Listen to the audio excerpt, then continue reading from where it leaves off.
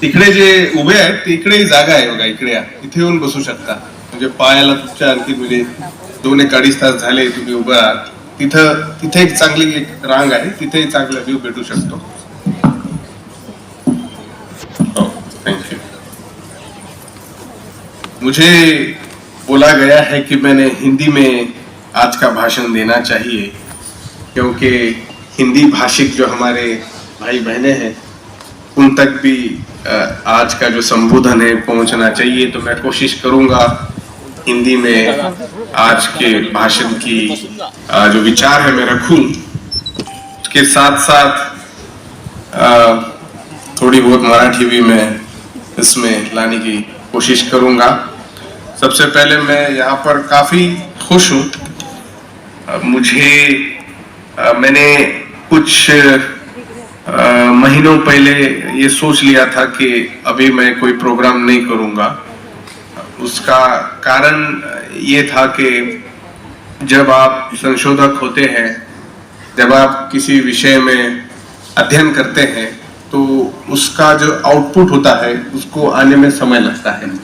विज्ञान का एक नियम है, जो भी आपका डेटा है, रिसर्च है, उसके साथ आपने थोड़ा समय बिताना चाहिए, फिर वो समाज में लाना चाहिए.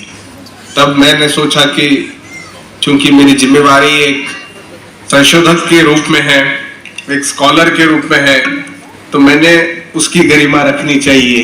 इसके लिए मैंने निश्चय किया था कि मैं अभी समाज के अंदर पब्लिक फंक्शन में नहीं जाऊंगा, ताकि अगर कुछ नई फाइंडिंग्स मेरी तरफ से हो तो फिर वो मैं बिल्कुल समाज में लाऊंगा. पर ये इनविटेशन ऐसा था जो मना करने के बावजूद भी मनाही नहीं ले रहे थे. उन्होंने काफी इसको अपने दृढ़ता से फॉलो अप दिया और हमारे भाई नितिन को बोलते रहे. और मैंने बोला कि यार मैंने तो बोल दिया कि अभी नहीं करूंगा, अभी मुझे लिखना है, मेरी अगली किताब पे काम बाकी है और बाकी बहुत लिखने का, पढ़ने का काम होता है. और एक लेखक को चिंतन करने के लिए समय की जरूरत होती है.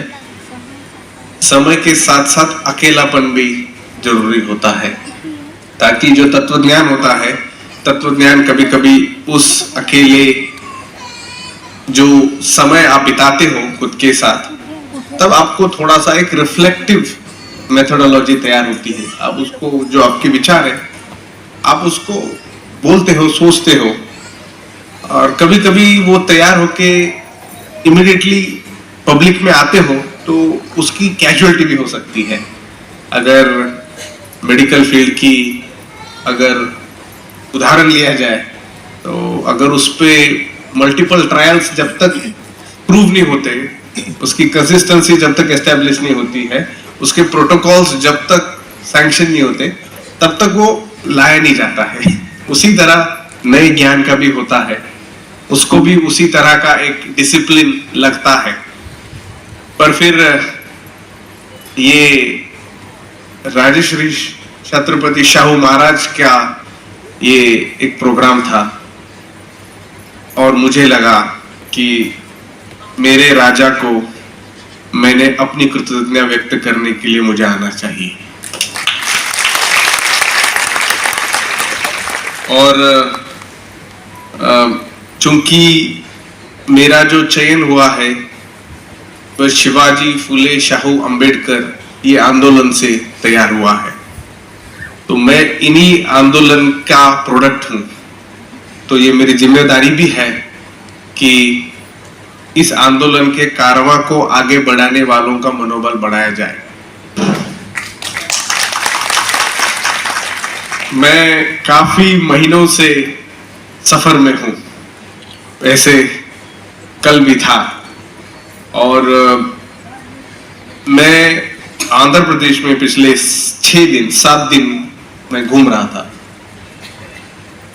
और मैं वहां की जो सातवाहन संस्कृति है, क्योंकि जब मैं महाराष्ट्र के कुछ किलों की तरफ, केव्स की तरफ अपना ध्यान दिया, गुफाएं, तब मुझे वहां सातवाहनों का जो इन्फ्लुएंस था वो दिखा. तो मेरे मन में एक सवाल उठा कि ये सातवाहन तो आंध्र प्रदेश के एरिया में है, यहाँ क्या कर रहे हैं। तो फिर समझ में आया कि इनका जो बौद्ध संस्कृति से जो निजी नाता था वो काफी पर्सनल था, और उसी के लिए फिर मैं अपनी एक्सप्लोरेशन के लिए वो ट्रिप पर गया। नागार्जुन कोंडा गया, उसके बाद अमरावती गया, एक जमाने का बुद्धिस्ट ट्रेड सेंटर और स्पिरिचुअल सेंटर था। फिर बाद में हैदराबाद में काफी मीटिंगें हुई, कल 12:30 तक हुई। और ऐसा होता है लेखकों का कभी कभी विचार आ जाता है तो लगता है कि वो लिखना चाहिए, तो वो लिखने में 1:30 बज गए मुझे सोने में, और सुबह 4 बजे उठ के फ्लाइट के लिए आना पड़ा। अब ऐसा हुआ फ्लाइट के लिए कि मेरी फ्लाइट तो मैं टाइम पर पहुंचा और फ्लाइट भी अपनी टाइम से निकली, और जैसे उड़ने वाली थी पायलट ने बोला कि फ्लाइट में कुछ प्रॉब्लम है, हम उड़ नहीं सकते। अब मेरे दिल में ये आया कि इन्होंने इतने मेहनत से ये प्रोग्राम ऑर्गेनाइज किया है, अगर कुछ हो जाता है तो नेक्स्ट फ्लाइट केस में इस ऑप्शंस को एक्सप्लोर करने लगा।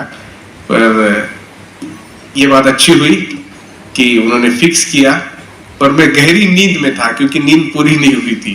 तो फिर मैंने के साथ साथ मैं छत्रपति शाहू महाराज के कुछ भाषण पढ़ रहा था, क्योंकि उनके जो ओरिजिनल उन्होंने दिए हुए भाषण है उसका एक अच्छा संपादन डॉक्टर भोसले ने किया है, और उसको बहुत अच्छी प्रस्तावना कोलते ने दी है।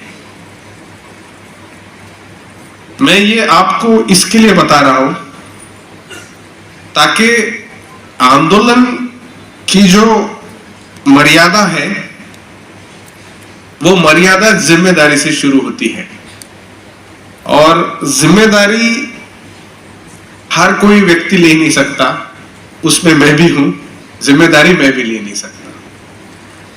पर अपने समय के साथ जितना समय मिल सका उसके साथ काम करना जरूरी है।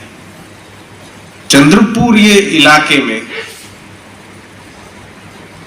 3 प्रमुख परंपराओं का वास्तव रह चुका है। पहली बौद्ध परंपरा, जो भद्रावती इलाका है, जो वहां की नदियां हैं, वहां पर जो विजयासन जो गुफाएं हैं उसको भी बनाने वाले सातवाहन ही थे।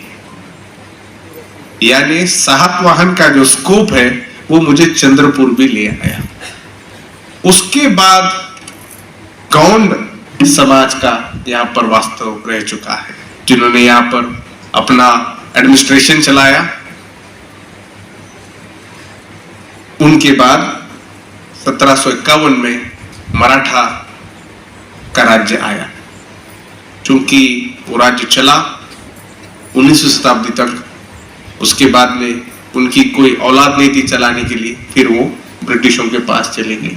तो एक विरासत है, एक बहुत बड़ी संस्कृति है, और यहाँ जितने भी बैठे हुए लोग हैं आसपास के, आपका भी कल्चरल डीएनए वही है जो सातवाहन यहाँ पर उस गुफाएं में देखे गए हैं।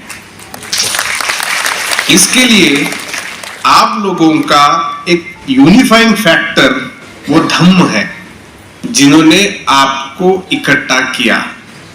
पर ब्राह्मणों ने आपको धम्म के दूर ले जाने के लिए आपको जातियों में बांट दिया।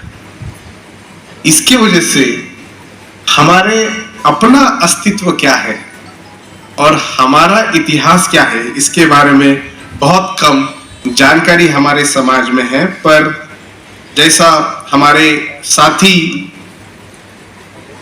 बता रहे थे कि अनेक आंदोलन हो रहे हैं पिछले 1970 के दशक से। महाराष्ट्र को तो उसका एक इतिहास है, उसके बारे में हम अभी जाएंगे। पर मैं बहुत खुश था ये नाम देखकर। मैं सभी लोगों के यहाँ नाम लेना चाहता हूँ जो संगठन यहाँ पर उपस्थित है, ताकि वो मैसेज भी जाए कि किस तरह से हमारा बहुजन समाज इकट्ठा हो रहा है, और समाज के अंदर जो महात्मा फुले से आंदोलन शुरू हुआ था आधुनिक भारत का, उस आंदोलन को कितने मजबूती से चला रहे हैं।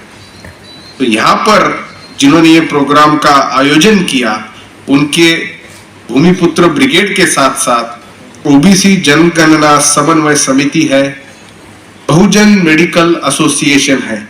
जब मैंने ये पढ़ा तब मैंने डॉक्टर गावतुरे से पूछा कि भैया ये क्या है, मुझे थोड़ा सा बताओ, क्योंकि मैंने इसके पहले सोचा नहीं था और सुना भी नहीं था कि 1993 के बाद जब मंडल कमीशन लागू हुआ, सही मायने में मंडल 2 2006 में लागू हुआ, तो उसका आउटकम ये था कि हमारे ओबीसी समाज के लड़के लड़कियां अच्छे अच्छे संस्थानों में जाने लगी, पर वो जब जाने लगी उनकी केडराइजिंग नहीं हुई, उनका जो मेंटल मेकअप तैयार नहीं हुआ, तो कभी ना कभी उनकी जो रिसोर्स थी, जो इतना बड़ा आंदोलन चलाया था, शाहू महाराज का आंदोलन चलाया था, वो आंदोलन का कहीं ना कहीं विसफलता दिख रही थी। पर जब उन्होंने बताया कि इसके अंदर SC ST OBC समाज के डॉक्टर है, तो मुझे काफी खुशी हुई कि हमारे पुरखों का आंदोलन अभी मजबूती से चल रहा है।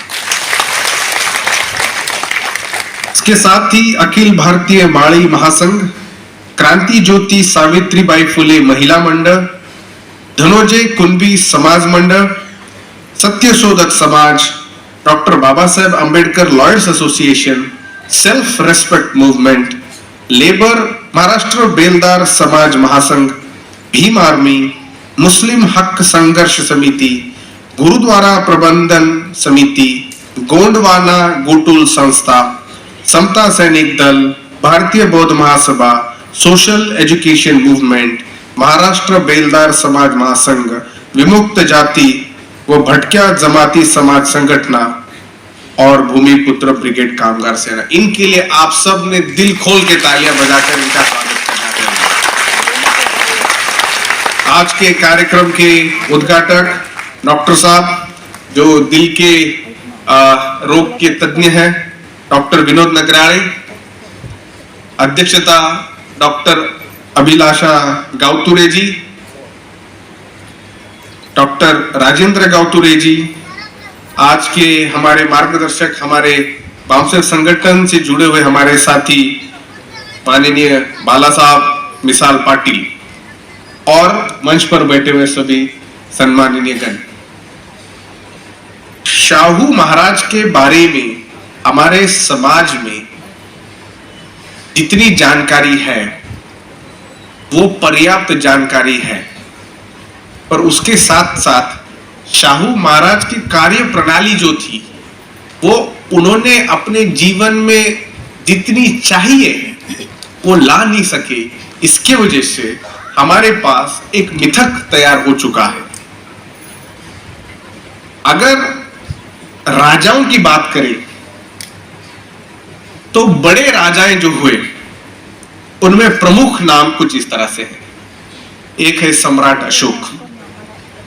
सम्राट अशोक सम्राट थे, एक बहुत बड़ी उनके पास उनकी व्याप्ति थी और उनका काम हम लोगों को मालूम है। सम्राट अशोक के पहले सिकंदर, अलेक्जेंडर द ग्रेट थे, जिन्होंने दुनिया ही जीतने का पूरा उन्होंने काम किया।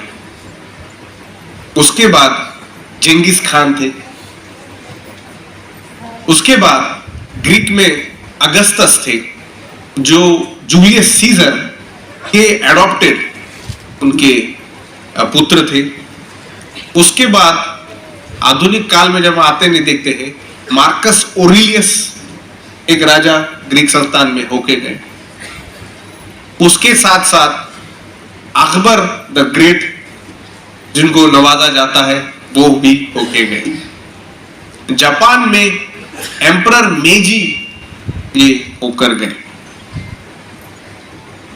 अब अगर ये लोगों का इतिहास देखा जाए तो इनकी जो ख्याति है, इन्होंने समाज के अंदर कुछ ना कुछ अच्छा किया। जैसा अगस्टस थे, अगस्टस का बाप जूलियस सीजर एक खौफनाक आदमी था, उसके ऊपर शेक्सपियर ने तो एक ड्रामा ही लिख दिया था।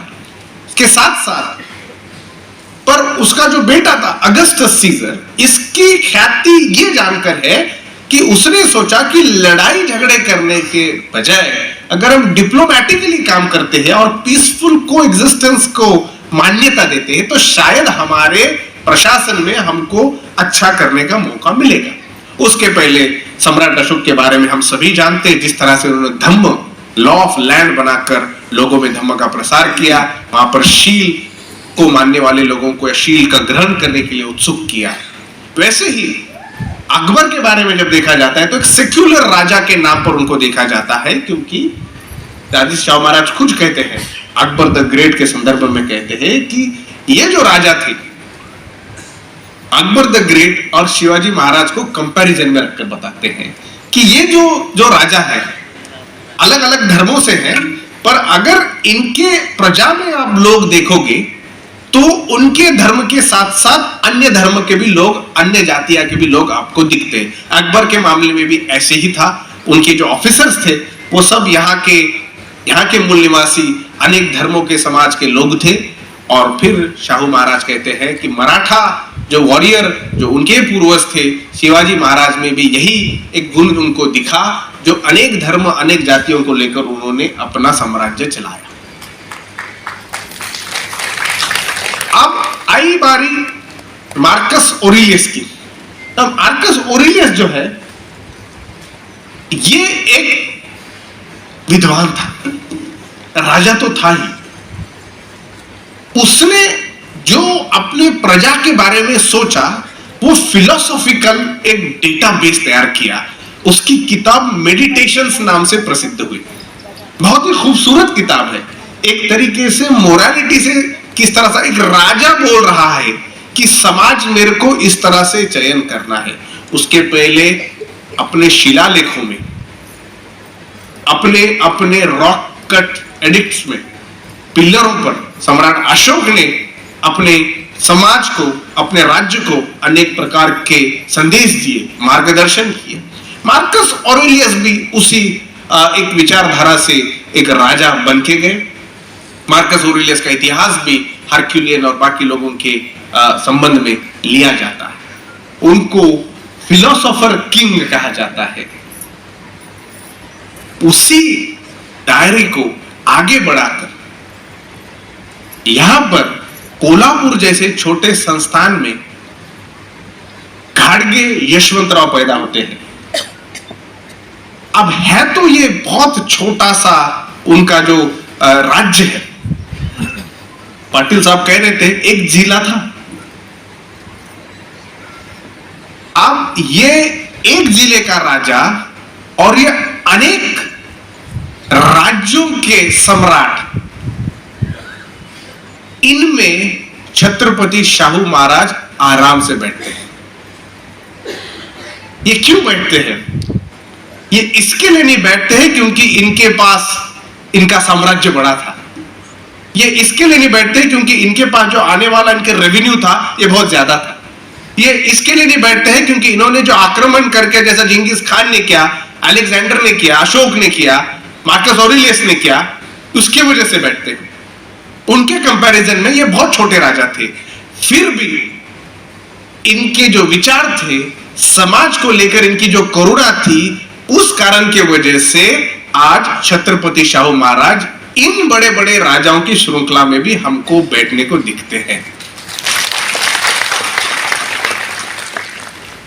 छत्रपति शाहू महाराज जब खुद का अध्ययन करते हैं, खुद के समाज को जानने की कोशिश करते हैं, तब जैसा मार्कस ऑरेलियस को फिलोसोफर किंग की उपाधि दी गई थी, वैसे ही छत्रपति शाहू महाराज को भी फिलोसोफर किंग की उपाधि यहाँ के लोगों ने दी। ये बहुत कम लोगों को शायद मालूम होगा कि उनके अध्यात्म और उनके तत्व ज्ञान को लेकर जो उनकी जो विचार थे, जो उनकी पढ़ाई थी, जो उनका स्कोप था, वो काफी तत्वज्ञानी था। इसके लिए हमको राजश्री छत्रपति शाहू महाराज के कार्य को देखना होगा, और सबसे अच्छा कार्य जनता को किए हुए कामों में मिलता है। ऐसे कितने राजाएं होके गए इतिहास में, कितने राजाएं होके गए। 750 राजाएं तो तभी थे, उनके अपने अपने किंगडम्स थे, अपने अपने राज्य थे। हर राजा जो है अपने नाम से जाना जाता है। हर राजा जो है अपने नाम से जाना जाता है। फलाना उसका अपना एक साम्राज्य था, फलाना उसका साम्राज्य था। छत्रपति शाहू महाराज अपने नाम के साथ साथ अपने प्रजा के बारे में भी जाने जाते हैं। उनके प्रजा का जो योगदान है, उन्होंने जो समाज के लिए किया, उनके समाज की किए हुए कार्यों के वजह से जो हीरे पैदा हुए, उनके वजह से भी छत्रपति शाहू महाराज को नवाजा जाता है। यह बहुत बड़ा फर्क हमको समझ में आना चाहिए, क्योंकि सबसे बड़े दो उदाहरण इसमें हमको देखने को मिलते हैं। एक तो पहला काम, जो नॉन ब्राह्मण, जो ब्राह्मणेतर समाज था, ब्राह्मणेतर समाज को मेन स्ट्रीम पॉलिटिकल, कल्चरल और एजुकेशनल आइडेंटिटी देने का सबसे बड़ा काम उस इलाके में, उस जमाने में छत्रपति शाहू महाराज ने किया, पहला।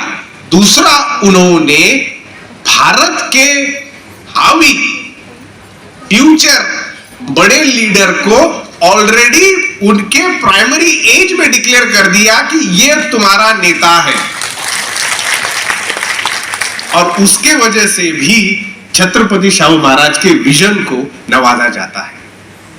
इसको हम एक दूरदृष्टि से हमको देखते हैं, हमको समझना चाहिए। अब छत्रपति शाहू महाराज के बारे में जब हम सोचते हैं, तो आज का जो राष्ट्रवाद है, वो राष्ट्रवाद शाहू महाराज को अगर हम उस हिसाब से देखेंगे, तो आज भी वो, अगर ये सरकार होती तो शाहू महाराज को भी जेल में डाल देती, क्योंकि शाहू महाराज अंग्रेजों के राज का स्वागत करते हैं। वो कहते हैं कि क्योंकि अंग्रेज आए, हमारे यहां अंग्रेजी शिक्षा हुई, और अंग्रेजी शिक्षा ये तीसरी आंख है, ये छत्रपति शाहू महाराज कहते हैं। क्योंकि उनके बेनिफिशियरी वही खुद थे, सर स्टुअर्ट फ्रेजर, जो खुद आईसीएस अफसर थे, उनके इन्फ्लुएंस में वो पड़े। फिर उन्होंने यूरोप की टूर की, इटली की टूर की, और ये कहा जाता है, हालांकि सत्यशोधक आंदोलन का बहुत बड़ा पकड़ा वहां पर था, महात्मा फुले ने हंटर कमीशन को दिए हुए सबमिशन के ऊपर जब उन्होंने बोला कि यहाँ का जो पिछड़ा वर्ग है, पिछड़े वर्ग को विशेष प्रतिनिधित्व, विशेष सुविधाएं हमको देनी होगी, और वो सुविधाएं देने के लिए सरकार के सामने एजुकेशनल और सोशल बैकवर्डनेस के ऊपर महात्मा फुले अपनी सबमिशन वहां देते हैं। पर सबमिशन ही नहीं देते हैं, पर वो नहीं करते, वो सिर्फ वहां तक ही लिमिट ना रखते हुए महात्मा फुले स्वयं अपने जीवन में अपने दोस्तों के सपोर्ट से सोशली और एजुकेशनली बैकवर्ड लोगों के लिए क्या किया जा सकता है, ये खुद के लाइफ से ही करके देते हैं। सरकार के भरोसे पूरी तरह बैठते नहीं है। दक्षिणा फंड का बहुत बड़ा उदाहरण हमारे पास है। दक्षिणा फंड ब्राह्मणों को पुणे में दिया जाता था, उसका जो वैल्यू आती थी, पर महात्मा फुले थे, वो एक बहुत बड़े स्ट्रैटेजिस्ट थे और लड़ाकू इंसान थे। तो महात्मा फुले ने वहां पर स्ट्रैटेजी लड़ी। पूना के उनके जो दोस्त थे, ब्राह्मण भी थे, कुछ ब्राह्मणेतर थे, उनके साथ मिलकर उन्होंने प्लान बनाया, और प्लान बनाकर जो ब्राह्मणों को जो वहां का दक्षिणा फंड हर साल को दिया जाता था, वो फंड उन्होंने वहां के एससी और ओबीसी समाज के बच्चों की शिक्षा के लिए लगाया। ये उन्होंने सरकार के ऊपर ना निर्भर रहते हुए खुद के जीवन में काम किया। अब सत्यशोधक मूवमेंट का एक बहुत बड़ा इन्फ्लुएंस जो था, वो इन्फ्लुएंस वहां के लोगों के ऊपर था। उसी का एक अनुभव वहां का एक सूबेदार जो महार जाति का था, वो वहां पर काम करने के लिए था। पर जब महात्मा फुले भाषण दे रहे या सत्यशोधक की मीटिंग हो रही है, उस मीटिंग में बैठने वाले सूबेदार रामजी अंबेडकर है, और उसी के इन्फ्लुएंस में सूबेदार रामजी एक डॉक्टर अंबेडकर तैयार करते हैं। अब ये जो कारवां है, इसमें शाहू की एक बहुत बड़ी पॉलिटिकल स्ट्रैटेजी हमको समझ में आनी चाहिए। उन्होंने जब वेदोक्त प्रकरण उनके साथ हुआ, वेद से नहीं बोलेंगे, पुराणों से बोलेंगे तो शूद्र नीच जाति का है, जब ये वहां के ब्राह्मण ने बताया, और क्योंकि शाहू महाराज के ऊपर एक खुद का एक सोशल पर्सपेक्टिव था, शाहू महाराज एक हिंदू धर्म में भरोसा रखने वाले राजा थे, पर वो कट्टर हिंदू नहीं थे। उनका जो धर्म को लेकर जो उनका जो अप्रोच था, वो धर्म को कुंठित करने वाला नहीं था, बल्कि भगवान की आंखों में सब समान है इस मामले में रखकर उनका जो सोशल सामाजिक न्याय का दृष्टिकोण था वो उस तरह से बन रहा था। अब जब ये बन रहा था तब वो यूरोप के ट्रिप को जाते हैं, यूरोप के ट्रिप को जाते हैं, इटली में जाते हैं और देखते हैं समाज कैसा है। जब वापस आते हैं तो बोल देते हैं, ऐलान कर देते हैं, ये इन्फ्लुएंसर से आते हैं कि एक 1902 में प्रोक्लेमेशन निकलता है गवर्नमेंट ऑफ कोल्हापुर का, करवे सरकार को के माध्यम से वो निकलता है और उसके अंदर 50% फिक्स्ड रिजर्वेशन बैकवर्ड क्लास के लोगों के लिए होता है। अब 1902 में यह करना और खासकर कम उम्र के राजा ने करना, यह वहां के ब्राह्मण ऑर्थोडॉक्सी को सबसे बड़ा खौफनाक एक बहुत बड़ा धक्का था। अब वो होने के बाद छत्रपति शाहू महाराज के ऊपर आक्रमण ब्राह्मणों ने करना शुरू किया। वो अलग तरीके से करते थे, अखबारों में लिखते थे, उनके खिलाफ प्रोपेगेंडा चलाते थे और बहुत से समय उनके राज्य में जो भी काम होने वाले उसके अंदर वो अपने तरीके से कुछ ना कुछ अड़चनियां लाते थे। उसके लिए शाहू महाराज देखते आजू बाजू और कहते हैं कि भारत के गुलामी के पीछे एजुकेशनल ब्यूरोक्रेसी का हाथ है। मतलब वो देख रहे हैं कि ब्राह्मण तो माइनॉरिटी वर्ग है, फिर भी भारत के इतने बड़े बड़े पदों पर है, मेरे संस्थान में खुद इतने ज्यादा पदों पर है, वो करते हुए भी फिर भी मैं राजा होने के बावजूद भी इनकी इतनी मजाल कि मेरे खिलाफ ये काम करे। उसका थीसिस उन्होंने रिलीजियस ब्यूरोक्रेसी, ब्राह्मणों की जो होने वाली जो उनका वर्चस्व है उसको रिलीजियस ब्यूरोक्रेसी नाम के एक स्पीच में उन्होंने पूरा क्लियर करके बताया कि किस तरह से ब्राह्मणों का इसके ऊपर कब्जा है। अब यहां पर वो बताते हैं कि यहां का जो वर्ग है, यहां का जो जुल्म करने वाला वर्ग है वो भी राज्य करने वाला वर्ग है।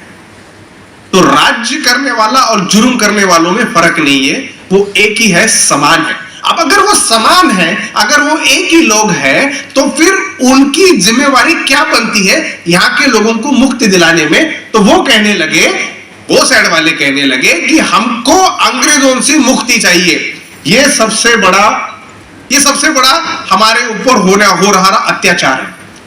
शाहू महाराज कहते रुको रुको, इतनी जल्दी मत करो, इतने जल्दी तुम क्या करने लगे? अगर आपको लगता है कि यहां के लोगों के ऊपर अंग्रेजों का राज है और वो तुमको सबसे ज्यादा तकलीफ दे रहा है, तो सबसे पहले उनको लाने की जिम्मेदारी किसकी है? अंग्रेज यहां अपने आप थोड़ी आए। और अगर आप अंग्रेजों के खिलाफ की बात करते हो पर बाकी चीजों की बात नहीं करते हो, इसका मतलब अंग्रेजों के राज से आपका भी बेनिफिट है। पर क्योंकि मैं अब सामाजिक न्याय की बात कर रहा हूं, तब आप कह रहे हैं कि ये अंग्रेज सरकार हमारे लिए काम की नहीं है।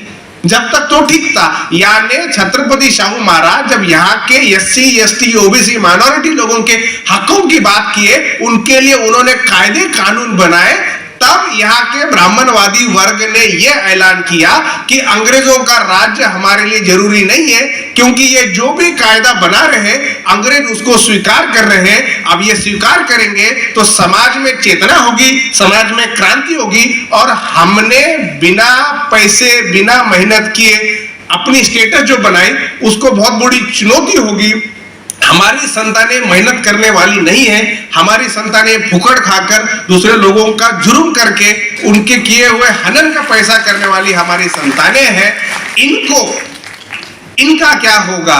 तब हमको समझ में आएगा कि अंग्रेजों के खिलाफ का जो विरुद्ध था, जो उनका विरोध था, वो अंग्रेजों के खिलाफ टेक्निकली नहीं था, वो शाहू महाराज और बाकी जो ट्रावनकोर में और वड़ियार जो कर रहे थे, वो जो समाज में क्रांति ला रहे थे उसके खिलाफ था। और वो चाहते थे कि अंग्रेज इसको रोके, अंग्रेज रोकने के लिए तैयार नहीं थे। फिर उन्होंने कहा अंग्रेज क्यूट इंडिया। तो भारत की राजनीति भी हमको सामाजिक क्रांति के दृष्टिकोण से समझनी होगी। अगर केवल पॉलिटिकल डिस्कोर्स से समझोगे तो शाहू महाराज कहते हैं कि भारत को, अगर राष्ट्र को अगर हमको बनाना है, अगर इस देश को मुक्ति दिलानी है तो मुक्ति दिलाने के सबसे पहले यहाँ की अनटचेबिलिटी, यहाँ की अस्पृश्यता सबसे पहले खत्म करनी होगी। उसके साथ साथ जाति व्यवस्था को भी खत्म करना होगा। उस जमाने में एक राजा बोलता है कि भारत को मुक्ति दिलाएंगे पर उसके पहले जाति को खत्म करेंगे। मुझे नहीं लगता भारत के आधुनिक इतिहास में ऐसा कोई प्रिंस होगा जिसने इतना खुली चुनौती अपने समाज को दी होगी। अब जब शाहू महाराज ये कह रहे हैं, वो एक्ट भी कर रहे हैं। उन्होंने क्या किया? सबसे पहले उन्होंने अपने समाज के जो लोग हैं उनको मुफ्त शिक्षा मिलनी चाहिए उस जमाने में, उसके लिए उन्होंने सुविधाएं बनाई। कोल्हापुर राज्य है पर देखो कितने प्रोग्रेसिव। उस जमाने में फ्री प्राइमरी एजुकेशन की पॉलिसी शाहू महाराज बनाते हैं। उसी का फायदा ऐसा होता है कि एक मराठा समाज का भास्कर राव विठोजी राव जाधव, जो मराठा समाज का बीए पास होकर पहला नंबर लेके आया, शाहू महाराज इतने खुश होते हैं कि मेरे समाज के मैंने किए हुए काम का कितना गुड आउटपुट है कि मेरे समाज का लड़का आज यूनिवर्सिटी में फर्स्ट आया है। हाथी पर चढ़कर शक्कर बांटते हैं। और यही बात जब उन्होंने आरक्षण लागू किया और शिक्षा शक्ति की मुफ्त की, तब फिर यहां का बहुजन वर्ग है उस स्कूलों की तरफ जाने लगा।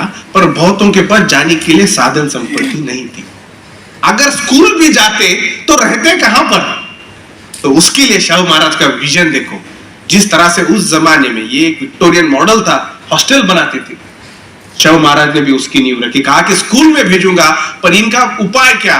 तो उनके लिए मैं हॉस्टल भी बनाऊंगा और हॉस्टल ऐसे बनाए जहां पर वहां पर भी उन्होंने प्रेफरेंस यहाँ के सोशली और इकोनॉमिकली बैकवर्ड समाज को दिया।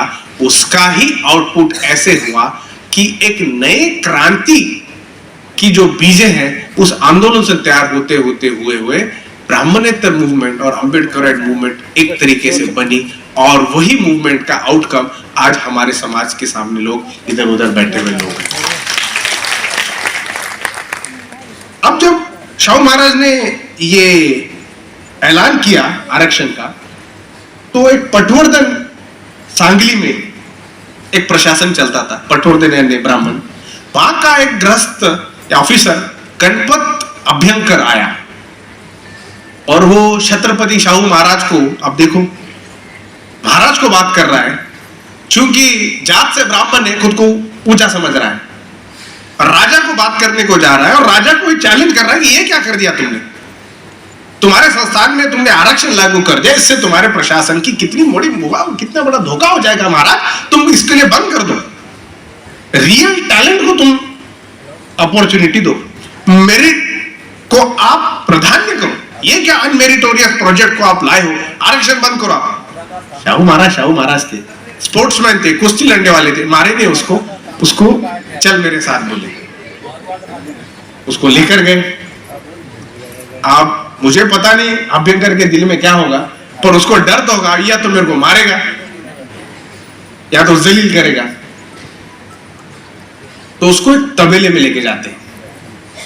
तबेले में शाहू महाराज गणपत अभ्यंकर को घुमाते हैं। अनेक नस्ल के अनेक तरह के घोड़े होते हैं, कोई छोटा होता है, कोई मोटा होता है, कोई बड़ा होता है, कोई डिफरेंट हाइट, अलग अलग उसके फीचर्स होते हैं। तो सारे घोड़े ही, पर उनकी एबिलिटीज अलग अलग है, कोई ऊंचा है कोई नीचा। अब शाहू महाराज अभ्यंकर को बोलते हैं इधर बैठ, और तबेले वाले को बोलते हैं कि एक काम करो, यहां पर चने रखो और सारे घोड़ों को एक साथ खोल दो। सारे घोड़ों को एक साथ खोलते हैं तो सारे घोड़े आ जाते हैं खाने के लिए। अब जब वहां खुला खाना है तो सबसे पहले वहां कौन जाएगा? जो मजबूत है, जो ताकतवर है, और जो कमजोर है उसको ढकेल देगा।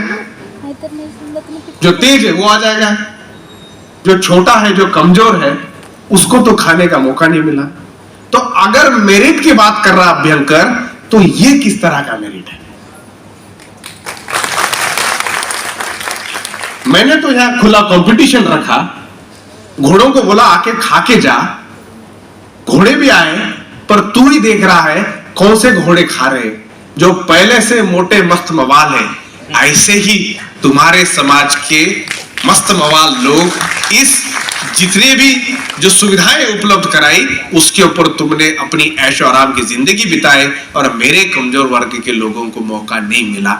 इसके लिए मैंने बहुत निष्ठा से और बड़ी ताकत से 1902 में आरक्षण लागू किया।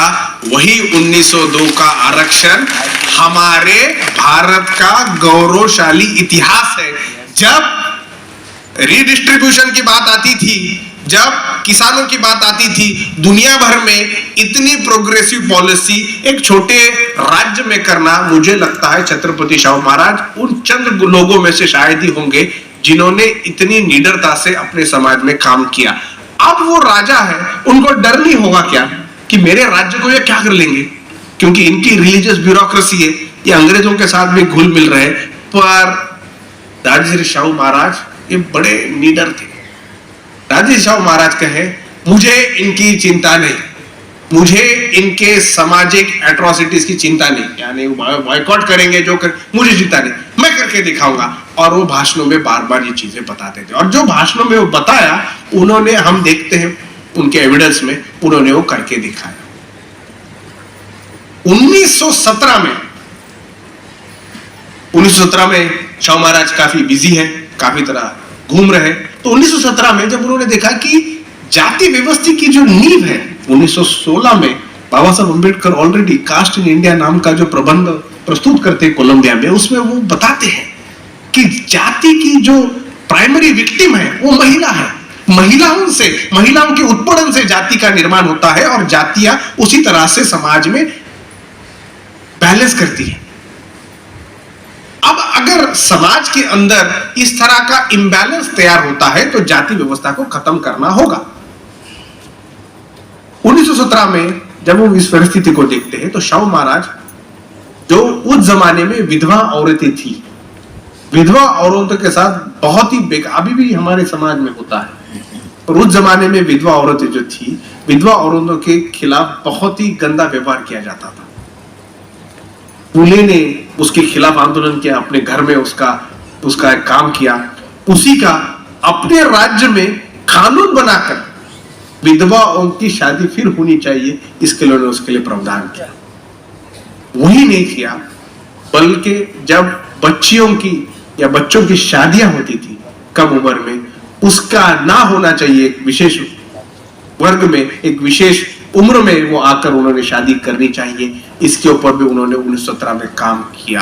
अब ये काम आदमी कर रहा है, हमारे उत्तर भारत के कुर्मी समाज के लोग देखते हैं, हमारे समाज का राजा इतना बड़ा काम कर रहा है, और कुर्मी समाज में ऐसा देखा जाए तो उनका भी बहुत बड़ा राज्य रह चुका है।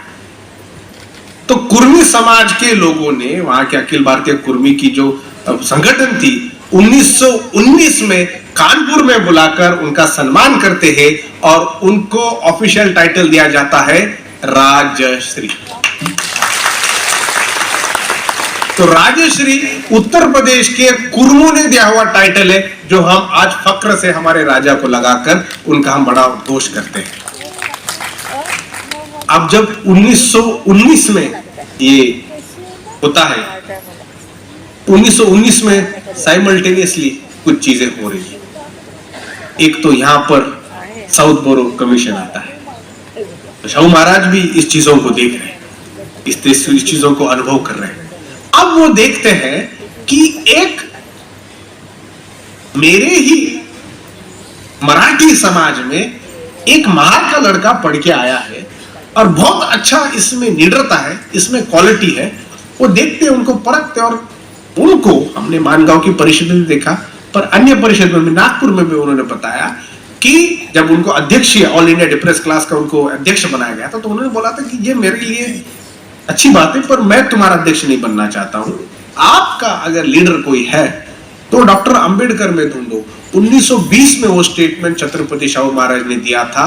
वो स्टेटमेंट बाबा साहब अंबेडकर ने केवल आने वाले 4 सालों में प्रूव करके ऑल इंडिया के बड़े लीडर के रूप में खुद को उन्होंने एस्टैब्लिश कर दिया। अब ये राजा जो होते हैं कुछ बोलते हैं बाकी छोड़ देते हैं। शाहू महाराज वैसे नहीं थे। शाहू महाराज ने केवल ना बोला तो उनको जो उनकी शिक्षा बची थी, शिक्षा के लिए शाहू महाराज ने बोला आपकी लंदन में शिक्षा बची है, ये मेरी तरफ से स्कॉलरशिप ले लो, जाके पढ़ के आओ। अब पढ़ के आए, वहां पर उन्होंने अपने बाबा साहब ने अपने अध्ययन पूरा किया, वापस आए और यहाँ पर आके उन्होंने फिर समाज का नेतृत्व किया। नेतृत्व करने के लिए उनको अखबार भी चलाना है, मूक नायक चलाना है, उनके पास रिसोर्सेज नहीं है। उस जमाने में फिर शाहू महाराज कहते हैं don't worry Ambedkar, mister Ambedkar, इस तरह से संबोधित करते थे बाबा साहब को। Mister Ambedkar don't worry, take this 2500, 2500 उस जमाने में मूक नायक को शुरू करने के लिए राजर्षि शाहू महाराज ने दिए थे। ऐसे अनेक हमारे पास उपक्रम हमको देखने के लिए मिलते हैं। अब जब राष्ट्रवाद की भाषा बन रही थी, स्वराज्य की बात कर रहे थे, स्वराज की बात तिलक कर रहे थे। स्वराज की बात जब तिलक कर रहे थे तो शाहू महाराज कहते हैं स्वराज तो ठीक है, पर स्वराज के पहले भी कुछ चीजें जरूरी है। अखिल भारतीय मराठा शिक्षक परिषद के 11वें अधिवेशन जो 1917 में हुआ, उसमें उन्होंने कहा कि हमको स्वराज्य के पहले शिक्षा जरूरी है, और उन्होंने इसके तर्क बताए। उन्होंने कहा स्वराज्य के पीछे दौड़ना अभी मत करो, पहले शिक्षा ग्रहण करो। तो लोग बोलने लगे क्या हमको तो भारत हमको आजाद बनाना है। तो उन्होंने कहा अगर तुम नया देश बनाते हो, नए देश का गठन करते हो, अगर आप अशिक्षित हो तो आपके ऊपर वही लोग राज करने वाले हैं जो हजारों सालों से आपको शिक्षा से वंचित कर चुके हैं। इसके लिए प्रैक्टिकल एडवाइस लो और अपने मराठा समाज और कुणबी समाज और तेली, तमोली, रामोशी, महारमान समाज, ढोर, ऐसे जो भी वहां के बैकवर्ड क्लासेस के लोग थे, उनको उन्होंने उद्देश्य करके बताया कि पहले शिक्षा लो, क्योंकि छत्रपति शाहू महाराज फ्यूचर इंडिया की फाउंडेशन उन्होंने रख रहे थे। वो रखने के लिए उनको दिखा कि मेरे समाज में शिक्षा होगी तो शिक्षा से उनमें एक तर्क आएगा, तर्क से विज्ञान आएगा, और एक विज्ञानवादी राष्ट्र ये मेरा समाज बनाएगा। उसी का आउटकम कॉन्स्टिट्यूशन के हमको अनेक तरीके से देखने को मिलता है। नाउ अब जब बाबा साहब अपने मूवमेंट को काम कर रहे हैं, छत्रपति शाहू महाराज भी उनको गाइड कर रहे हैं।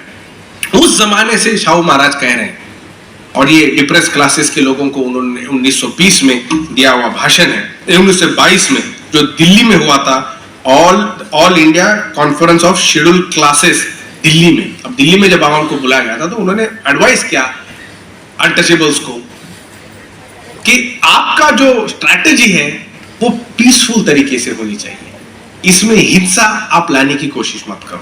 बहुत ही प्रैक्टिकल और साझा उन्होंने एडवाइस दिया, क्योंकि अगर हिंसा करोगे, आपके पास रिसोर्सेस नहीं है, आपके पास पैसा नहीं है, आपके पास उतने लोग भी नहीं है जो हिंसा के लिए तैयार हो जाएंगे, क्योंकि गरीब लोग हैं। तो उनकी स्ट्रैटेजी ये थी कि आप जो है, आप सबसे पहले आपके अंदर के अच्छे लीडर तैयार करो, और ये जो अच्छे लीडर तैयार होंगे उनको सही रास्ता दिखाने का काम तुम भी करो, और वो तुमको फिर सही रास्ते पे ले जाने का काम करेंगे। उस जमाने में ये स्ट्रैटेजी शाहू महाराज कहते हैं। शाहू महाराज का ही कुछ अंग हमको बाबा साहब अम्बेडकर के आंदोलन में दिखता है कि बाबा साहब अम्बेडकर ने जब कहते हैं कि ना खड़क ना ढाल, दे दी हमें तलवार, बिना खड़क बिना ढाल, सही मायने में अगर भारत का पीसफुल सोशल रेवोल्यूशन किसने किया होगा तो वो डॉक्टर बाबा साहब अम्बेडकर की बदौलत हुआ है।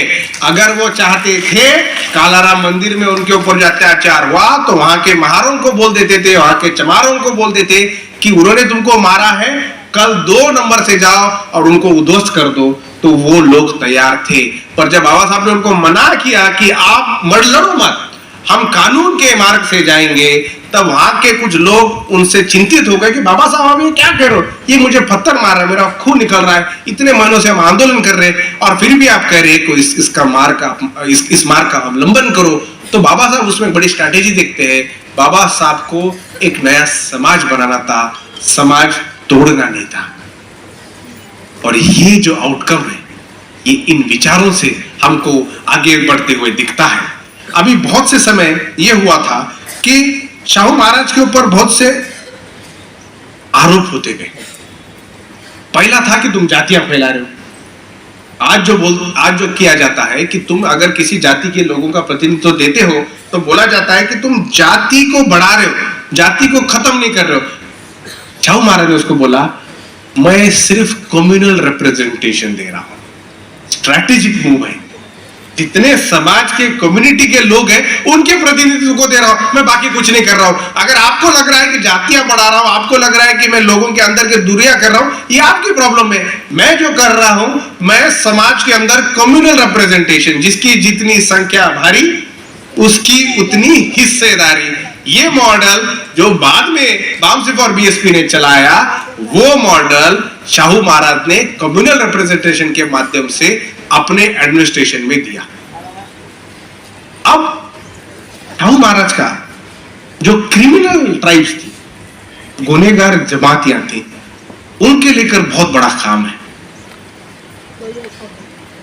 जो रामोशी वर्ग था या बाकी के जातियां थी, इनको अंग्रेजों ने क्रिमिनल घोषित कर दिया था, क्योंकि जहां कुछ क्राइम होता है ये लोग पकड़े जाते थे।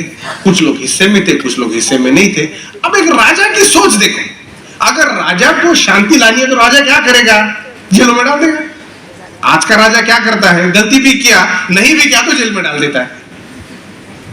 तो राजा को गुनहगारों से मुक्ति चाहिए, क्योंकि उनको सुशासन चलाना है, प्रशासन चलाना है। उसके लिए छत्रपति शाहू महाराज गुनहगार जमातियों के बारे में सोचते हैं, गंभीरता से सोचते हैं, और उनके ऊपर उन्होंने जब महाराष्ट्र के अस्पृश्य वर्गों का एक कॉन्फ्रेंस बनी थी 1920 में 22 मार्च, जिसके अध्यक्ष डॉक्टर बाबा साहब अम्बेडकर थे, उसमें शाहू महाराज अपने काम किए हुए कामों का एक खुलासा देते। सबसे पहले हाजिरी का जो प्रकार होता था, कहीं पर भी गुनाह हो जाए, इन जातियों के लोगों को पकड़कर औरतें या मर्द को लेकर हाजिरी लान। अब हाजिरी दिन भर होती थी, रात भर होती थी। अब उसमें शाहू महाराज देखते हैं कि जो हाजिरी को जा रहे हैं तो इनके बच्चों की तरफ कौन देख रहा है। और बहुत से समय उनको ये दिखा, उनके राज्य में भी दिखा कि ये जब हाजिरी के लिए जा रहे हैं, इनके बच्चों के लिए देखने के लिए कोई नहीं है। और चूंकि ये गरीब समाज है, इनके पास खाने के लिए कुछ नहीं है, ऐसे समाज के लोगों के पास जब वो दिन भर की हाजिरी देते हैं, वापस आते हैं, तो जिंदा रखा हुआ बच्चा शाम में मर गया होता है। इस तरह का जब उन्होंने देखा, तब फिर शाहू महाराज ने सोचा कि इसके ऊपर मुझे कुछ करना चाहिए, ये गलत है, ये निसर्ग के खिलाफ है। तो फिर उन्होंने सोचा, और राजश्री शाहू महाराज क्यों उनको फिलोसोफर कहते हैं, उन्होंने कहा कि सबसे पहले चोरी कौन सा वर्ग करता है? किसी को शौक तो नहीं है चोरी करने का, तो चोरी क्यों करते? चोरी का कारण है, चोरी का कारण असमानता है, चोरी का कारण उनके पास साधन नहीं है खुद का उदर निर्वाह करने के लिए। तो उनको रिहैबिलिटेट किया जाए। क्रिमिनल्स को रिहैबिलिटेट करने का मेरे हिसाब से पहला काम छत्रपति शाहू महाराज ने एटलीस्ट वेस्टर्न महाराष्ट्र के दृष्टिकोण से किया। जिनको गुनहगारों को गुनहगार बताया जाता था, छत्रपति शाहू महाराज ने गुनहगारों में इंसान देखा, और उस इंसानियत को तवज्जो देते हुए उनकी इंसानियत को लगने वाले जो भी उनकी चिंताएं थी, उनको दूर करने के लिए छत्रपति शाहू महाराज ने यहाँ के जो क्रिमिनल ट्राइब्स, गुनहगार जमातियां थी, उनके लिए बहुत बड़ा काम किया। और केवल किया ही नहीं, समाज में एक्सेप्टेंस भी होनी चाहिए। कामले का उदाहरण तो हमको पता है। जब शाहू महाराज बाहर थे तो वहां के उनके एक सबॉर्डिनेट ने कामले नाम के महार को मारा, बहुत पीटा। जब उसको पता चला तो शाहू महाराज ने उसको फिर मारा, और फिर बोला कि तू एक काम कर, यहाँ पर तेरे साथ जातिवाद होगा, तो जाके व्यवसाय कर, हमको कहानी पता है। ना केवल सिर्फ चाय का ठेला बना के दिया, बल्कि वहां जाकर खुद चाय भी पी और लोगों को उकसाया। उसी तरह से गुनहगार जमातियों के बारे में जब काम की बात आई तो शाहू महाराज ने केवल बोला नहीं, उनको साथ में बिठाया, उनके साथ खाया और समाज में एक पॉजिटिव मैसेज दिया। और मैं उस जमाने की बात कर रहा हूं जब सहभोजन ये क्रांति मानी जाती थी। 1920 में एक राजा एक गुनहगार जमातियों के साथ में बैठकर खाना खा रहा है और उनकी उन्नति की बात कर रहा है। उसी का कारण हमको देखा जाता है कि छत्रपति शाहू महाराज का काम इतना बड़ा होता है कि शाहू महाराज यहां से कानपुर में जाकर भाषण देते हैं, कुर्मी समाज उनको ऑनर करता है। 1995 में बसपा की सरकार आती है और कानपुर के विद्यापीठ को छत्रपति शाहू महाराज यूनिवर्सिटी घोषित करती है। यहाँ की सामाजिक क्रांति भारत भर में फैलती है और वहां के लोग भी उसको बहुत ही अपनी तरीके से एक्नॉलेज करते हैं। अब जब जमातियों के बारे में सोच रहे थे तो शाहू महाराज ने बहुत बड़ा उसमें खुलासा किया। उन्होंने कहा कि इनकी जो गुलामी है वो केवल गुलामी नहीं है, वो गुलामी से भी बदतर है। गुलामी से बदतर कैसी क्या? तो वो बताते हैं कि अगर किसी ने भी गुनाह किया हो, किसी ने भी गुनाह किया हो तो उसको पकड़कर तुम्हें सजा देनी चाहिए। पर इसमें ऐसा होता है किसी और ने गुनाह किया हो, किसी और को सजा दी जाती है और वो सजा इसके लिए दी जाती है क्योंकि उनको कोई और नहीं मिलता है। और चूंकि ये समाज का एक स्टीरियोटाइप बन गया था, समाज में एक्सेप्टेबिलिटी बढ़ गई थी, आज भी ऐसे बहुत से क्रिमिनल ट्राइब के जो लोग जो डीनोटिफाइड हो चुके हैं उनके समाज के ऊपर आज भी उसी तरह का भारत के पुलिसों द्वारा अत्याचार किया जाता है। इधर भी होता है तो पारदेजा पोराला पकड़ा या वो कास्ट के बच्चे को पकड़ो, आज भी उस तरह की मेंटालिटी होती है। पर हमारे पास शाहू महाराज जैसे राज्य करने वाले प्रतिनिधि नहीं है जो उनके साथ जाकर उनके समझ को, उनके समाज को समझेंगे और उनके साथ काम अपने कंधों से कंधे मिलाकर करेंगे। पर ये गुलामी से बेकार क्यों है? तो शाहू महाराज कहते हैं आबरू का सवाल है। तुम बार बार किसी को जलील नहीं कर सकते उसको गुनहगार बोल बोल के।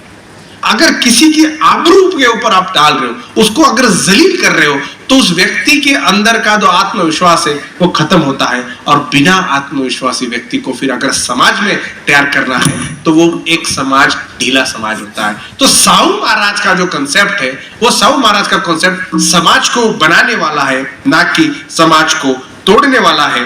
और इसके लिए शाहू महाराज एक सोशोलॉजिस्ट के दूरबीन से समाज की परेशानियों को देखते हैं। इसी तरह से उनका समाज शास्त्रीय दृष्टिकोण का भी हमको बहुत अच्छी तरीके से इस मामले में परिचय होता है। अब शाहू महाराज के आगे बारे में वो कहने लगते हैं, दो पोस्ट थी, कुलकर्णी और पाटिल। ये दो पोस्ट थी जो पहले से चली आ रही थी। जो एडमिनिस्ट्रेटिव पोस्ट थी, पाटिल जो थी, पाटिल कोई भी जात के थे, कुंभी समाज के थे, बाकी स्टेटस फिर उसकी बनते गई, उसके बाद देशमुख है, बाकी जो पोजीशन बनते गए। अब शाहू महाराज कहते हैं कि कुलकर्णी का कुछ करना पड़ेगा। और क्योंकि कुलकर्णी जो थे अनेक गांव के मालक थे, वो जुल्म करते थे, जोर जबरदस्ती करते थे और वतनदार के वो रिप्रेजेंटेटिव थे। तो वो कहते हैं कि कुलकर्णियों का कुछ करना चाहिए क्योंकि इनके जाति के लोग एक दूसरे को सपोर्ट करते हैं। वो प्रशासन में भी है और बाकी चीजों में भी है। कुलकर्णी के बारे में अगर हम समाज का इतिहास पढ़े तो कुलकर्णियों ने जितना अत्याचार अन्याय किया है उनके वसूली के मामले में, ये बहुत भीषण है। और पाटिलों के बारे में जहां तक बात है तो वो कहते हैं कि पाटिल का रहना इसके लिए जरूरी है कि गांव का कस्टोडियन है और पाटिल एक जाति का नहीं होना चाहिए, पाटिल अनेक जातियों का होना चाहिए। और आज भी बहुत सारे गांव में पश्चिम महाराष्ट्र में हमको देखते हैं कि पाटिल एक गांव का नहीं होना चाहिए। अब इसके पीछे उनका एजेंडा क्या था? उनका एजेंडा एक ही था कि अगर तुमको समाज में बदलाव लाना है तो जो पुराने स्ट्रक्चर है, जो पुरानी नीतियां हैं, उसको सुधार कर या तो उसको खत्म करो या अगर उसको चलाना है तो उसके अंदर ऐसे सुधारना करो जो समाज के हित में हो। इसके लिए जब वो अछूतों के कॉन्फ्रेंस को एड्रेस कर रहे हैं तो छत्रपति शाहू महाराज कहते हैं कि हर जाति का एक प्रतिनिधित्व होना बहुत जरूरी है। ये छत्रपति शाहू महाराज कह रहे हैं। वही भाषण में बाबा साहब अम्बेडकर की अध्यक्षता में तो भाषण हुआ, उसमें वो कहते हैं कि अगर आप पंछियों को देखोगे तो पंछियों का भी एक लीडर होता है, उसके पीछे सब जाते उड़ते समय देखते हैं। हर पंछी का अपना अपना एक लीडर होता है। तो यहाँ के अस्पृश्य समाज में उनके प्रतिनिधित्व क्यों नहीं है? इसके बारे में वो सुझाव देते हैं कि अगर तुम जानवरों की तरह बनोगे तो जानवरों का प्रतिनिधि कसाई होता है, तुमको पंछियों की तरह उड़ना होगा, तुमको तुम्हारा खुद का प्रतिनिधि ढूंढना होगा। और उसी भाषण में उन्होंने कहा था कि अगर आपको आपका प्रतिनिधि ढूंढना है तो बाबा साहब के अलावा आपको नहीं दिखेगा। और वो बाबा साहब के जितने प्रेमी थे उतने ही बाबा साहब के समीक्षक भी थे। बाबा साहब अम्बेडकर को वो समीक्षा के दृष्टिकोण से देखते थे, क्योंकि ये होता है कमराडरी। बाबा साहब को बताते थे कि बाबा साहब की जिस तरह से काम की करने की उनकी प्रणाली उनको अच्छी लगती थी, पर वो चाहते थे कि इसके अंदर और जोरों से उतरे। और बाबा साहब उस जमाने में अपने तरीके से काम कर रहे थे और उसके वजह से उन्होंने बाबा साहब के अंदर की जो उनको लगी, उन्होंने कहा कि मुझे माफ करो, मैं निंदा कर रहा हूं, पर ये जरूरी है, मुझे बताना जरूरी है। और ये होता है एक प्रेम का स्वभाव, जिसके अंदर केवल भक्ति पूजा नहीं करते हो बल्कि बाकी की पूजा भी करते हो, जो विचारों की पूजा होती है। अभी मैं आपको जाते जाते पर्सनल जो एक्सपीरियंसेस लोगों के उस जमाने में आए उसके बारे में थोड़ा बताना चाहता हूं। जब शाहू महाराज ये काम कर रहे थे तो ब्रिटिश प्रशासन में उनके साथ अच्छा बर्ताव हुआ। शाहू महाराज और आगे काम करने के लिए लगे थे। दूसरे मराठा राजा सयाजीराव गायकवाड़ जो बड़ौदा के नरेश थे, ये दो मराठा राजा थे जिन्होंने अछूतों की जिंदगी में बहुत अहम भूमिका निभाई। ना केवल स्कॉलरशिप दी पर उनको सम्मान दिया। जब बाबा Saheb Ambedkar round table conference में जाते हैं लंदन में, तो बड़ौदा के नरेश राजा सयाजीराव गायकवाड़ वहां पर डॉक्टर अंबेडकर को बोलते हैं, मेरे को आपके ऑनर में एक बैंक्वेट ऑर्गेनाइज करना है। उसकी खबर अमेरिका के न्यूयॉर्क टाइम्स में छप के आती है कि हाई प्रिंसेस और एक लोअर कास्ट के लिए उसने डिनर ऑर्गेनाइज किया है। तो ये जो समानता का जो मैसेज हमारे समाज में मिला है, आज की घड़ी में अगर हम देखते हैं तो काफी चिंता का विषय बना है। हमारे समाज में अंधश्रद्धा इतनी फैली है कि भगवान बाबा बुआ के अलावा हमारे समाज में न जाने उनका अस्तित्व नहीं है।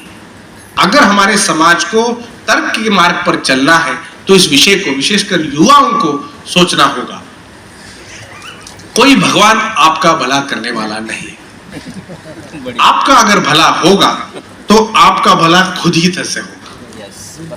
पर यह भी जरूरी है, आपको अगर आपका अध्यात्म कहता है, पर अपना अध्यात्म उच्च नीचता सिखाता है। अगर अध्यात्म आपका समानता सिखाता है तो अध्यात्म की कोई एक प्रणाली होती है, उसका स्वीकार करें, उसमें कोई दिक्कत नहीं है। पर अगर हम अनेक दृष्टिकोणों से विषय को समझे तो भारत की जो सामाजिक व्यवस्था है, जो फुले शाहू अम्बेडकर की विचारधारा से आज भारत भर में मूवमेंट में पड़ी है, दक्षिण से पेरियार है, श्री नारायण गुरु केरला से है, और ऐसे करते करते करते नॉर्थ इंडिया के अनेक मूवमेंट से जुड़ी हुई एक नई बहुजन कल्पना तैयार हो चुकी है। पर बहुजनों को जो चाहिए मार्गदर्शन उस तरह से नहीं मिलता है। इसके लिए आंदोलन में बहुत से टाइम्स कठिनाइयां होती है, क्योंकि किसी का भगवान किसी का दुश्मन होता है, किसी का अध्यात्म किसी का कारण होता है। इसके लिए अगर हमको इसके आगे जाना होगा तो मुझे लगता है अपने समाज में, विशेषकर यहाँ पर बैठे हुए जो सीनियर लोग हैं या जो अभी माताएं हैं जो अपने बच्चों के साथ आई है, जो यहाँ के पिता हैं अपने बच्चों के साथ आए हैं, अपने बच्चों को अपने कास्ट के बारे में बताओ। उनको अंधेरे में मत रखो, क्योंकि कास्ट आज नहीं बताओगे, कल कोई और बता देगा। और जो बताने वाला है वो सम्मान से नहीं बताएगा, वो घृणा से बताएगा, और वो तुम्हारे बच्चे के अंदर का आत्मविश्वास छीनने की कोशिश करेगा। तो अभी से आप अपने बच्चों को अपने गौरवशाली इतिहास बताओ, अपने महापुरुषों को, महानायकों के बारे में बताओ। अगर वो बच्चा पढ़ेगा, उसके बारे में सुनेगा, उसके अंदर का आत्मविश्वास इतना अच्छा बनेगा, जब वो अपने आप को समाज के अंदर वर्तन करेगा, जब समाज में चयन करेगा, तब उसके पास जितना चाहिए आत्मविश्वास होगा ही, पर साथ साथ वो हमारे समाज का योग्य प्रतिनिधित्व भी करेगा। आज के युग में ऐसा होता है कि समाज के बारे में अगर कोई कुछ बोलता है तो अनपढ़ बच्चे, समाज के बारे में अनपढ़ हुए बच्चे वहां पर मार खा जाते हैं और अपने समाज की हुई बुराइयों के बारे में उसको सेकेंड हैंड करके बोल देते कि अच्छा हुआ। अपने समाज के बारे में, अपने समाज के हकों के बारे में जब भी बात आती है, वो वहां पर अपने समाज का एम्बेसडर है, पर वो वहां पे समाज का कल्प्रिट बन जाता है, क्योंकि हमने उनके अंदर सामाजिक ज्ञान नहीं दिया। तो तुम्हारे बच्चे अच्छे स्कूलों में जाते होंगे, अच्छे इंग्लिश मीडियम में जाते होंगे, अच्छे ट्यूशनों में जाते होंगे, उसके साथ साथ अच्छे सामाजिक संस्थानों में भी उनको भेजो। उस सामाजिक संस्थानों से उनको ज्ञान मिलेगा और उसी ज्ञान का फल स्वरूप वो आगे कुछ कर पाएंगे। मेरे पिताजी मुझे बचपन में बाउंसर के मीटिंग्स में ले जाते थे। तो ये नॉर्मल है कि जब बच्चा ये महापुरुषों के नाम सुनते बड़ा होता है तो उनके अंदर जो आत्मविश्वास होता है वो हमारे पास जो मराठी में न्यूनगंड कहते हैं, इंफीरियरिटी कॉम्प्लेक्स से नहीं देखता है, वो उसको अपने आत्मसम्मान, आपके टैलेंट, आपके जो होने वाले हुनर के रूप में देखता है। आज हमारे बच्चे जब यूनिवर्सिटीज में जाते हैं, सबसे पहला सवाल उनको पूछा जाता है कि तुम मेरिट वाले नहीं हो, तुम आरक्षण वाले हो, अगर आरक्षण वाले हो तो तुम मेरिट वाले नहीं हो, मेरिट वाले नहीं हो तो तुम यहाँ पर नालायक हो, और नालायक हो तो तुमने मेरी जगह ली है, इसके लिए जिंदगी में कुछ भी करोगे तो तुमको मेरा पाप लगेगा। और वो बच्चा पापी जीता है।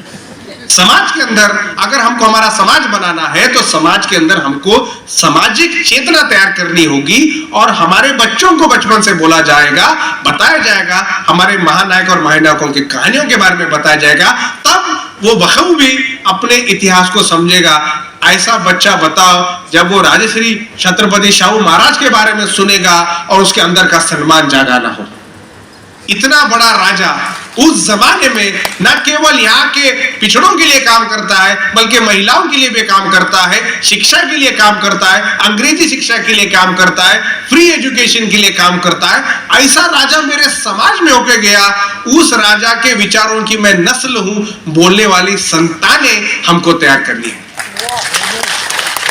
जब तक ये संतानें तैयार नहीं होगी, ये तुम्हारे आंदोलन का असफलता होगी। मुझे पाटिल साहब का बहुत अच्छा लगा, उन्होंने अपनी 21 साल की बेटी को बोला कि बेटी तू भी उतर।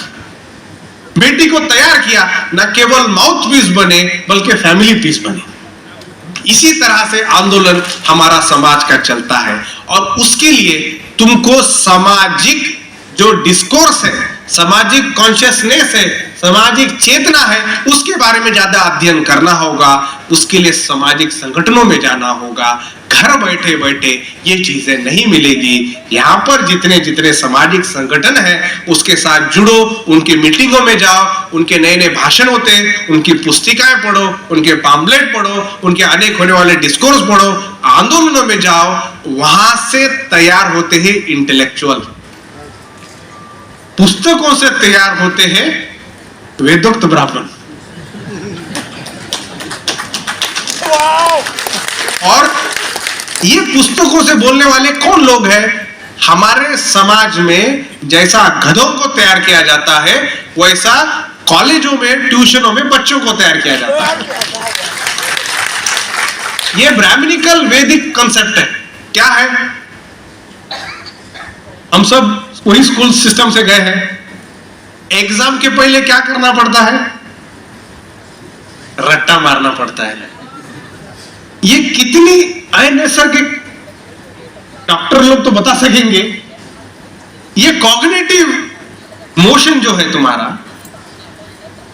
आप अगर कोई एग्जाम देने जा रहे हैं, आपके स्मरण शक्ति के आधार पर आपकी गुणवत्ता बताई जाती है।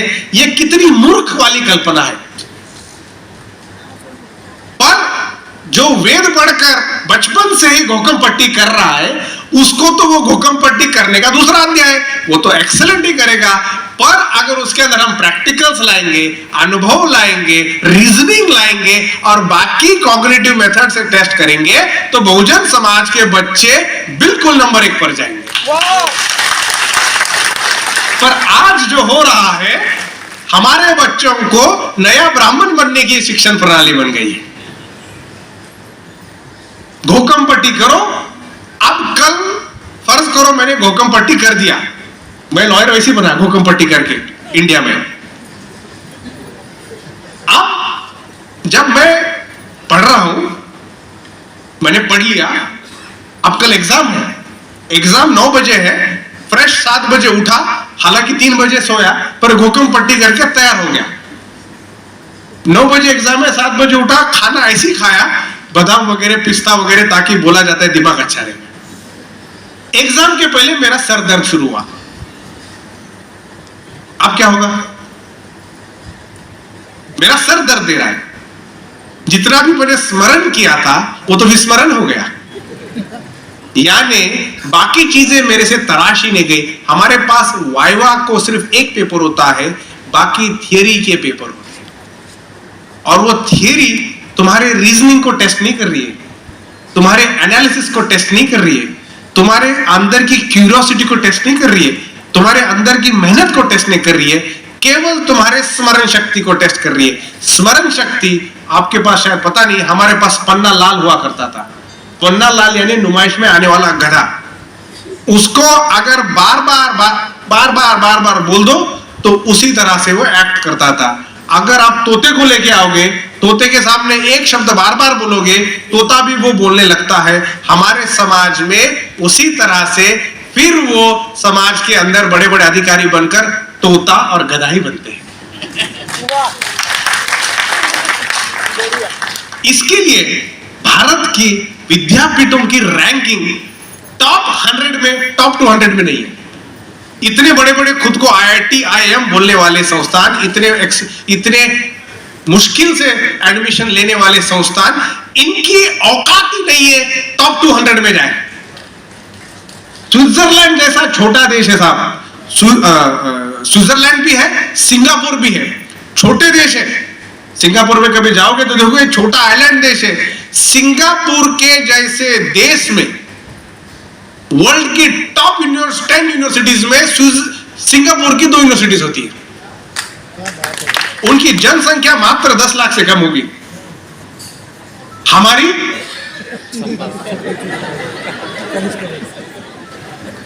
तो जब हम खुद को कहते हैं कि मुझे आगे बढ़ना है, मुझे आगे करना है, तुम्हारी शिक्षा प्रणाली तुमको वर्ल्ड क्लास लीडर बनने के लिए तैयार ही नहीं कर रही है।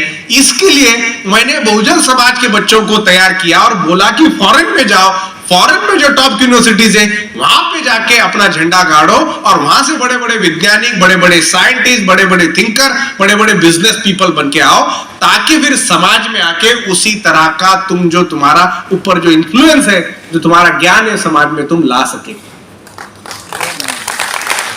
इसी की वजह से हमारे बहुजन समाज के बहुत लोग आज भी जाते हैं, बड़े बड़े यूनिवर्सिटीज में जाते हैं। भारत की परिस्थिति ऐसी क्यों बनी, इसके लिए जिम्मेवारी हमको उस नींव में देखनी होगी जहां पर जब जब बहुजन समाज के बच्चों को, बच्चियों को शिक्षा या बाकी सुविधाएं मिली, उनको किस तरह से उनके अंदर के टैलेंट को खत्म किया जाए, उसके ऊपर बार बार पहल चली। जिस समाज में प्रतिनिधित्व नहीं है वो समाज आगे बढ़ नहीं सकता। एक ही व्यक्ति अगर बोलता है कि मैं ट्रक भी चलाऊंगा, मैं एरोप्लेन भी चलाऊंगा, मैं जहाज भी चलाऊंगा और मैं कार्यक्रम भी चलाऊंगा, ये पॉसिबल नहीं है। हर एक व्यक्ति की अलग अलग गुणवत्ता होती है, और गुणवत्ता का कारण डाइवर्सिटी है। समाज के अंदर अनेक लोगों के अनेक गुण होते हैं, अनेक गुण मिलकर एक अच्छा संस्थान बनता है। चंद्रयान 3री बार भेजा, पहले भी भेजा, जाने के पहले क्या किया, तिरुपति को लेके गए। अब अगर वैज्ञानिक ज्योतिष शास्त्र के ऊपर भरोसा करके भगवान के पास जा रहा है, चंद्रयान 2 के पहले गए, भगवान के भरोसे गए, चंद्रयान 2 का क्या हुआ, चंद्रयान 2 का भगवान हो गया, फेल हो गया। अब ये मूर्ख कह रहे हैं चंद्रयान 3 सक्सेसफुल होने जा रहा है क्योंकि वो आरक्षण नहीं है, 2 बार फेल हुआ, मतलब तुम्हारी वजह से ही हुआ। तो जब सक्सेस होता है तो हमारे वजह से, फेलियर होता है तो तुम्हारे वजह से। और इस तरह का प्रोपेगेंडा ये समाज हमारे बच्चों बच्चियों में डाल रहा है। हमको इसका बहुत पुरजोर विरोध करना होगा। अब विरोध करने के लिए हमारे पास साधन नहीं है, और साधने भी है तो भावुक रूप से देखी जाती है। हमारे पास हमको लगा हुआ रोग जो है वो सेलिब्रिटी कल्चर और स्पोर्ट्स और सिनेमा है। हमारे पास जो लोग इंस्पिरेशन उनके कौन है, बच्चों के कौन है। मैं आज हैदराबाद से एयरपोर्ट में आ रहा था तो बेचारा लड़का धोनी और कुछ बाकी लोगों के वीडियोस देख रहा था। अब उसका वो आइडल है और वो बेचारा जा रहा है किधर, उसके युवा है। किसी के सचिन तेंदुलकर था, हमारे जमाने में सचिन तेंदुलकर था, किसी का हीरो ये वो सिस्टम है। ऐसा समाज जो ये सेकेंड क्लास थिंकर्स के सामने कैसा बन पाएगा?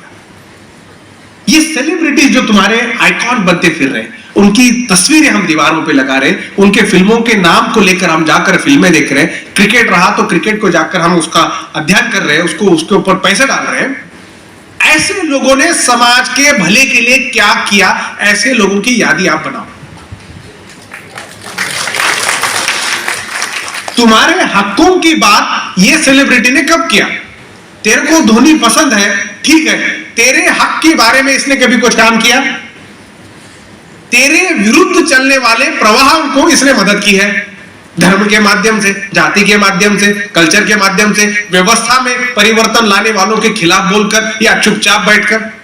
अगर तेरा हीरो शाहरुख खान है या रणबीर सिंह या जो भी है, उसने तेरी आत्मसम्मान बढ़ाने के लिए क्या किया?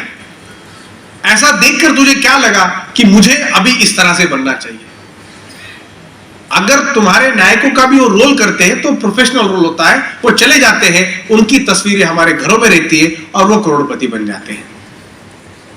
जब तक मेरा समाज ये चीजें समझ नहीं पाएगा तब तक वो एक जो परछाई है जिसको पाप लगा है, उस परछाई का बहुत बड़ा नमूना बन के रहेंगे और उनके अंदर का आत्मसम्मान खत्म होता जाएगा।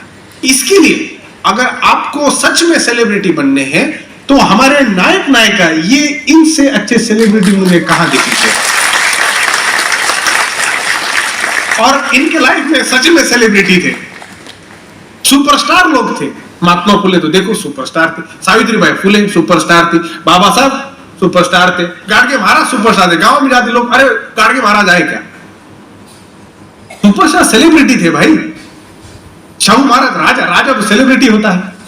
अन्ना भाऊ साठे रशिया में गए, बड़े बड़े उनके जो लिटरेरी कॉन्ट्रीब्यूशन है, बड़े बड़े कविताएं लिखी, महाराष्ट्र के यूनिफिकेशन के ऊपर उनका बड़ा काम है।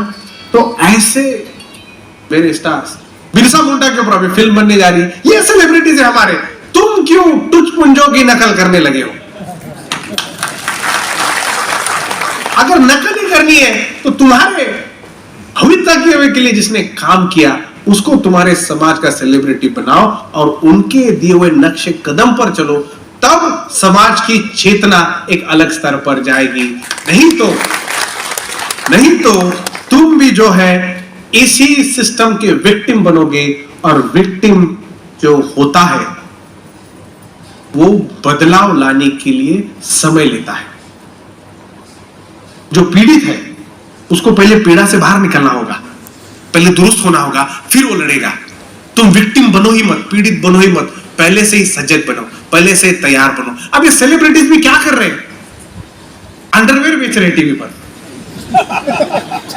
सिगरेट बेच रहे हैं, दारू बेच रहे हैं।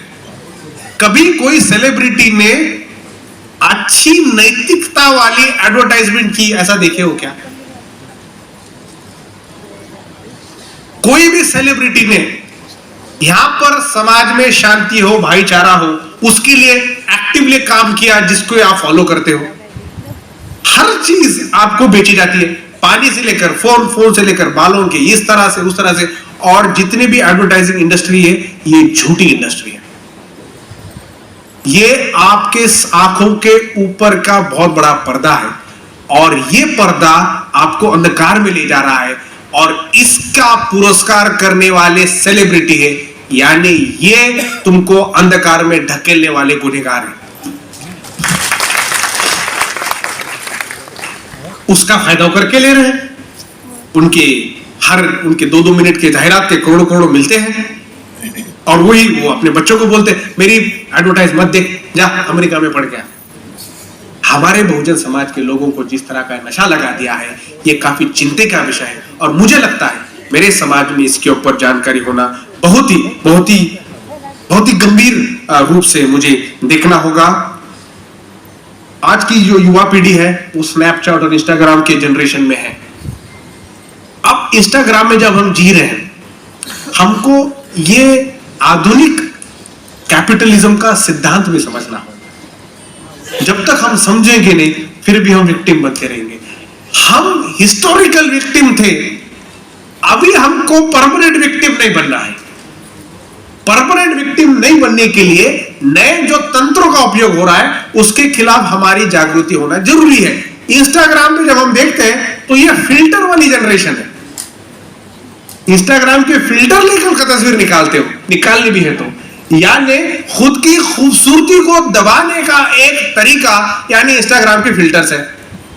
वो अलग अलग कलर दे देते हैं चेहरे को, फोंट को, आपकी आंख अलग दिखती है। स्नैपचैट में भी वही है, अरे जैसे हो वैसे खूबसूरत हो, पर इंस्टाग्राम कह रहा है बदसूरत हो। दूसरा स्क्रॉल कर दो तो बताते हो ये लो तुम्हारे चेहरे के लिए क्रीम की एडवर्टाइजमेंट, ये लगाओ बदसूरती से खूबसूरती बनो। इंस्टाग्राम ऐप आपको बदसूरत बोल रहा है और हम उसको स्वीकार कर रहे हैं, उसका प्रतिकार नहीं कर रहे, उसका विरोध नहीं कर रहे। जब तक ये स्व प्रेम की भावना जागृत नहीं होगी तब तक ऐसे धंधे चलते रहेंगे। ट्विटर का बहुत बड़ा उदाहरण देखो। ट्विटर इलॉन मस्क ने खरीदा। इलॉन मस्क खरीदने के पहले बोला जितने भी बॉट से एडवर्टाइजमेंट है इसको मैं कम करूंगा। 2 महीने क्या, तीसरे महीने ट्विटर खोलो तो पूरा गंदगी फैला हुआ है। वो तो अपने फायदे की देख रहा है। हमने जब भी यहां पर पूंजीवाद का संबंध आया उसको हमेशा से हमने अपने तर्क से समझना चाहिए, आंख बंद करके उसका स्वागत नहीं करना चाहिए। आज की आधुनिक तंत्रज्ञान में आर्टिफिशियल इंटेलिजेंस बन गया है, चैट जीपीटी जैसे नए तंत्रज्ञान आ गए हैं जो आपको पूरा लिख के ही दे रहे हैं, आपको कुछ करने की जरूरत नहीं। कुछ लोगों ने फिल्मों की स्क्रिप्ट बना दी है। ये नया तंत्रज्ञान आ रहा है, इसके लिए आपकी भी जिम्मेवारी बनती है। आप कोई भी वोकेशन में हो, आप कोई भी प्रोफेशन में हो, आपकी जिम्मेवारी बनती है उसके अंदर आप शील और नैतिकता कैसे लाते हो। आप चाहे इंजीनियर हो, डॉक्टर हो, आप चाहे प्रोफेसर हो, कोई भी प्रोफेशन के हो, आपको यह समझना होगा आप आपके समाज के प्रतिनिधित्व कर रहे हो, आप आपके माँ बाप, आपके पुरखों का प्रतिनिधित्व कर रहे हो। जब कोई भी व्यक्ति आपको देखेगा या देखेगी उसके अंदर यह मैसेज जाना चाहिए ऐसे समाज के लोग होते हैं, इतने ईमानदार, इतने साफ सुथरे, इतने बलशाली है, इनके ऊपर कोई दाग नहीं है। हमारे आज में जो कट प्रैक्टिसेस चलती है, अनेक तरह के प्रोफेशन चलते हैं। डॉक्टरी व्यवसाय तो काफी खतरनाक है कि लोग डरते हैं कि हॉस्पिटल में जाने से। और मुझे पता चला फार्मास्यूटिकल इंडस्ट्री इतनी गंदी इंडस्ट्री है, उसके जो रिटेलिंग है, रिटेलिंग मार्जिन वो वहां का मेडिकल वाला खा जाता है। मैं परसों के दिन नांदेड़ में कुछ हमारे सोशलिस्ट डॉक्टर थे, उनके साथ बैठा था।